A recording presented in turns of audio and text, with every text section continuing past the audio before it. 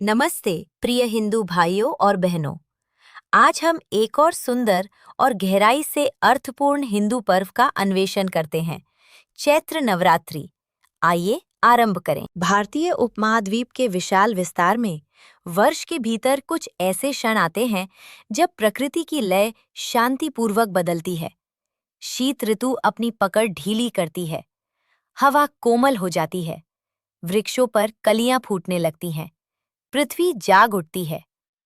पारंपरिक हिंदू पंचांग में इस क्षण को चैत्र कहा जाता है, चंद्रवर्ष का पहला महीना, और इसके साथ एक पवित्र अनुष्ठान का आगमन होता है जिसका सम्मान शताब्दियों से किया जाता रहा है। चैत्र नवरात्रि 9 रातें जो शक्ति की उपासना को समर्पित है, वो दिव्य स्त्री ऊर्जा जो ब्रह्मांड को धारण करती है। आज बहुत से लोगों के लिए नवरात्रि का संबंध शरद ऋतु के भव्य उत्सवों से जोड़ा जाता है। दुर्गा पूजा, गरबा नृत्य और दशहरा के दौरान रावण दहन से। लेकिन एक और नवरात्रि भी है जो वर्ष में पहले आती है, अधिक शांत, अधिक चिंतनशील और फिर भी अत्यंत महत्वपूर्ण, क्योंकि चैत्र नवरात्रि स्वयं हिंदू वर्ष की शुरुआत का संकेत देती है। भारत भर में इस नव आरंभ के क्षण को अलग अलग तरीकों से मनाया जाता है। महाराष्ट्र में परिवार एक पवित्र ध्वज स्थापित करते हैं जिसे गुड़ी कहा जाता है, जो गुड़ी पड़वा के पर्व को चिन्हित करता है। आंध्र प्रदेश, तेलंगाना और कर्नाटक में नए वर्ष का स्वागत उगादि के रूप में किया जाता है। घर सजाए जाते हैं, परिवार एकत्रित होते हैं। आने वाले वर्ष में समृद्धि और सौहार्द के लिए प्रार्थनाएं अर्पित की जाती हैं। अलग अलग क्षेत्र, अलग अलग परंपराएं, फिर भी वे सभी ब्रह्मांडीय चक्र के उसी परिवर्तन का उत्सव मनाते हैं। समय का एक नया चक्र आरंभ हो चुका है, और इस नए चक्र के बिल्कुल आरंभ में हिंदू परंपरा उस शक्ति की ओर मुड़ती है जो स्वयं सृष्टि को धारण करती है। शक्ति, क्योंकि चैत्र नवरात्रि की कथा केवल अनुष्ठान के बारे में नहीं है, ये नवीकरण के बारे में है।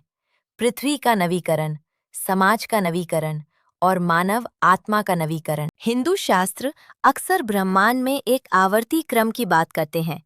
जब भी अव्यवस्था बढ़ती है, जब भी अहंकार और अन्याय संसार के संतुलन को धमकाते हैं, ब्रह्मांडीय व्यवस्था प्रतिक्रिया देती है। देवी महात्म्य, जो देवी को समर्पित सबसे महत्वपूर्ण ग्रंथों में से एक है, ऐसी ही एक कथा बताता है।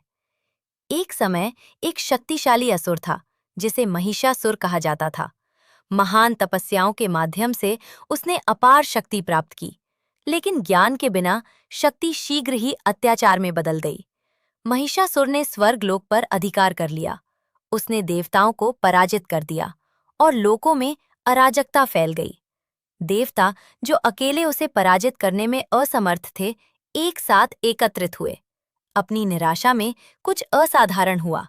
उनकी संयुक्त दिव्य ऊर्जा से एक तेजस्वी स्वरूप प्रकट हुआ, एक योद्धा देवी, दुर्गा। प्रत्येक देवता ने उन्हें एक अस्त्र प्रदान किया। शिव ने अपना त्रिशूल दिया, विष्णु ने अपना सुदर्शन चक्र दिया, इंद्र ने वज्र दिया। सिंह पर आरूढ़ होकर दुर्गा ने महिषासुर का सामना किया। इसके बाद जो हुआ वो 9 दिन और 9 रातों तक चलने वाला युद्ध था। ये संघर्ष केवल एक पौराणिक युद्ध से कहीं अधिक गहरा प्रतीक था। महिषासुर अनियंत्रित शक्ति के अहंकार का प्रतिनिधित्व करता था। दुर्गा धर्म की अनुशासित शक्ति का प्रतिनिधित्व करती थी। 10वें दिन उस दैत्य का वध हुआ और ब्रह्मांडीय संतुलन पुनः स्थापित हुआ। ये विजय नवरात्रि की आध्यात्मिक आधारशिला बनी। 9 रातें जो मानवता को एक शाश्वत सत्य की याद दिलाती हैं। अंधकार बार बार उठ सकता है, लेकिन उसे परास्त करने की शक्ति सदैव विद्यमान रहती है। नवरात्रि के दौरान भक्त देवी के 9 भिन्न रूपों की उपासना करते हैं, जिन्हें नवदुर्गा के नाम से जाना जाता है। प्रत्येक रूप आध्यात्मिक विकास की यात्रा के एक चरण का प्रतिनिधित्व करता है। पहला रूप है शैलपुत्री, पर्वतों की पुत्री। वो स्थिरता का प्रतिनिधित्व करती हैं, आध्यात्मिक मार्ग की शुरुआत। इसके बाद ब्रह्मचारिणी आती हैं, जो अनुशासन और भक्ति की मूर्ति हैं। फिर चंद्रघंटा आती हैं, जो विपत्ति के सामने साहस का प्रतीक है। चौथा रूप कूष्मांडा, उस सृजनात्मक ऊर्जा का प्रतिनिधित्व करता है जिसने ब्रह्मांड को अस्तित्व में लाया। पांचवा रूप स्कंद माता, मातृत्व की संरक्षक और पोषणकारी शक्ति को दर्शाता है। छठा रूप कात्यायनी है, जो धर्म की प्रचंड रक्षिका है। इसके बाद काल रात्रि आती हैं, जो अंधकार और अज्ञान की संहारक हैं। आठवां स्वरूप महागौरी है, जो शुद्धि और शांति का प्रतीक है। अंततः सिद्धिदात्री आध्यात्मिक सिद्धि और ज्ञान प्रदान करती हैं। 9 रातों के दौरान भक्त उपवास, प्रार्थना और ध्यान में संलग्न रहते हैं।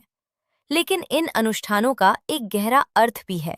वे मानव मन के क्रमिक परिवर्तन का प्रतीक हैं। जिस प्रकार नया वर्ष घरों और समुदायों में सफाई और नवीकरण के साथ आरंभ होता है, उसी प्रकार नवरात्रि हमें एक और भी अधिक महत्वपूर्ण चीज को शुद्ध करने का निमंत्रण देती है, हमारा आंतरिक संसार। चैत्र का आगमन केवल एक आध्यात्मिक क्षण नहीं है, ये एक सभ्यतागत परिवर्तन बिंदु भी है। भारत भर में विभिन्न संस्कृतियां इस क्षण को अलग अलग परंपराओं के साथ चिन्हित करती हैं। महाराष्ट्र में परिवार गुड़ी पड़वा का उत्सव मनाते हैं।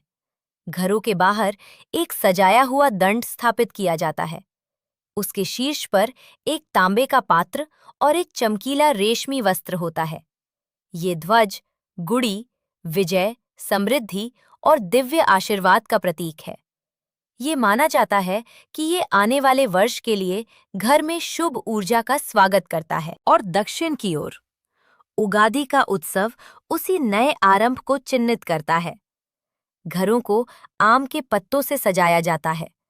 प्रवेश द्वार पर ताजे रंगोली के अलंकरण बनाए जाते हैं। परिवार एकत्रित होकर एक पारंपरिक व्यंजन तैयार करते हैं, जिसे उगादि पचड़ी कहा जाता है। ये व्यंजन 6 स्वादों को मिलाता है: मीठा, खट्टा, कड़वा, नमकीन, तीखा, कसैला। प्रत्येक स्वाद जीवन द्वारा लाए जाने वाले एक अलग अनुभव का प्रतिनिधित्व करता है: आनंद, दुख, सफलता, चुनौती। संदेश सरल है, फिर भी गहरा है। जीवन में अनेक स्वाद होते हैं और बुद्धिमत्ता उन सभी को स्वीकार करने में निहित है। इस प्रकार गुड़ी पड़वा और उगादि के उत्सव केवल एक पंचांग की शुरुआत को चिन्हित नहीं करते, वे एक दर्शन को व्यक्त करते हैं। समय चक्रों में चलता है और प्रत्येक चक्र मानवता को फिर से आरंभ करने का एक और अवसर प्रदान करता है। रामायण देवी के महत्व पर एक और दृष्टिकोण प्रस्तुत करती है। रावण के विरुद्ध महान युद्ध से पहले कहा जाता है कि राम ने दुर्गा के आशीर्वाद का आह्वान किया। 9 दिनों तक उन्होंने दिव्य स्त्री शक्ति की उपासना की, प्रार्थनाएं अर्पित करते हुए, पुष्प अर्पित करते हुए, आने वाले युद्ध के लिए शक्ति की कामना करते हुए। किंवदंती के अनुसार राम ने देवी को 108 कमल अर्पित किए। जब एक कमल कम पड़ा तो उन्होंने अर्पण को पूर्ण करने के लिए अपनी ही एक आंख, जिसकी तुलना अक्सर कमल से की जाती है, अर्पित करने की तैयारी की। उनकी भक्ति से प्रभावित होकर देवी प्रकट हुईं। उन्होंने उन्हें विजय का आशीर्वाद दिया। शीघ्र ही रावण पराजित हुआ। ये कथा एक गहरा संदेश देती है। विष्णु का अवतार भी अधर्म का सामना करने से पहले शक्ति के आशीर्वाद की कामना करता है। धार्मिक दृष्टिकोण में दिव्य शक्तियां प्रतिस्पर्धा नहीं करती, बल्कि सहयोग करती हैं। शक्ति और बुद्धि को साथ साथ चलना चाहिए और सच्ची शक्ति सदैव विनम्रता से प्रवाहित होती है। नवरात्रि की कथाएं देवी द्वारा पराजित किए गए असुरों की बात करती है, लेकिन उनका गहरा अर्थ हमारे ही निकट निहित है। वास्तविक युद्ध केवल दूरस्थ रणभूमियों पर ही नहीं लड़ा जाता, ये मानव मन के भीतर प्रकट होता है। प्राचीन ग्रंथों में वर्णित असुर उन शक्तियों का प्रतिनिधित्व करते हैं जो हमारे आंतरिक संतुलन को विचलित करती हैं: क्रोध, लोभ, भय, अहंकार, अज्ञान। नवरात्रि की 9 रातों के दौरान भक्त प्रतीकात्मक रूप से इन शक्तियों का सामना करते हैं। प्रत्येक प्रार्थना, अनुशासन का प्रत्येक कार्य, चिंतन का प्रत्येक क्षण उस यात्रा का एक भाग बन जाता है। और 10वें दिन विजयदशमी, धर्म की विजय पूर्ण हो जाती है। जब परिवार गुड़ी पड़वा का उत्सव मनाते हैं जब घर उगादि के माध्यम से नए वर्ष का स्वागत करते हैं और जब भक्त चैत्र नवरात्रि के दौरान देवी का सम्मान करते हैं। ये सभी परंपराएं उसी शाश्वत विचार की ओर संकेत करती हैं। हर वर्ष मानवता को एक और अवसर दिया जाता है, नवीकरण का अवसर, संतुलन को पुनः स्थापित करने का अवसर, भीतर की शक्ति को जागृत करने का अवसर। क्योंकि जब भी धर्म को चुनौती दी जाती है, जब भी अंधकार उठने लगता है, प्राचीन परंपरा हमें एक सरल सत्य की याद दिलाती है। शक्ति जागृत होती है और वो जागरण हम में से प्रत्येक के भीतर आरंभ होता है। और अब एक छोटा सा अनुरोध, यदि आप मानते हैं कि हमारे धार्मिक सभ्यता के बारे में ईमानदार, शोध आधारित संवाद महत्वपूर्ण है, तो आज ही इस चैनल को सब्सक्राइब करें, घंटी की सूचना को चालू करें और इस वीडियो को उन सभी लोगों के साथ साझा करें जो भारत के इतिहास को गंभीरता से समझना चाहते हैं। अपनी विरासत को गरिमा के साथ धारण करें, अपने विचारों में, अपने आचरण में और अपने सांस्कृतिक और धार्मिक प्रतीकों को गर्व के साथ धारण करने में, जैसे मेरी हिंदू बहनों के लिए बिंदी और मेरे हिंदू भाइयों के लिए विभूति और चंदन तिलक।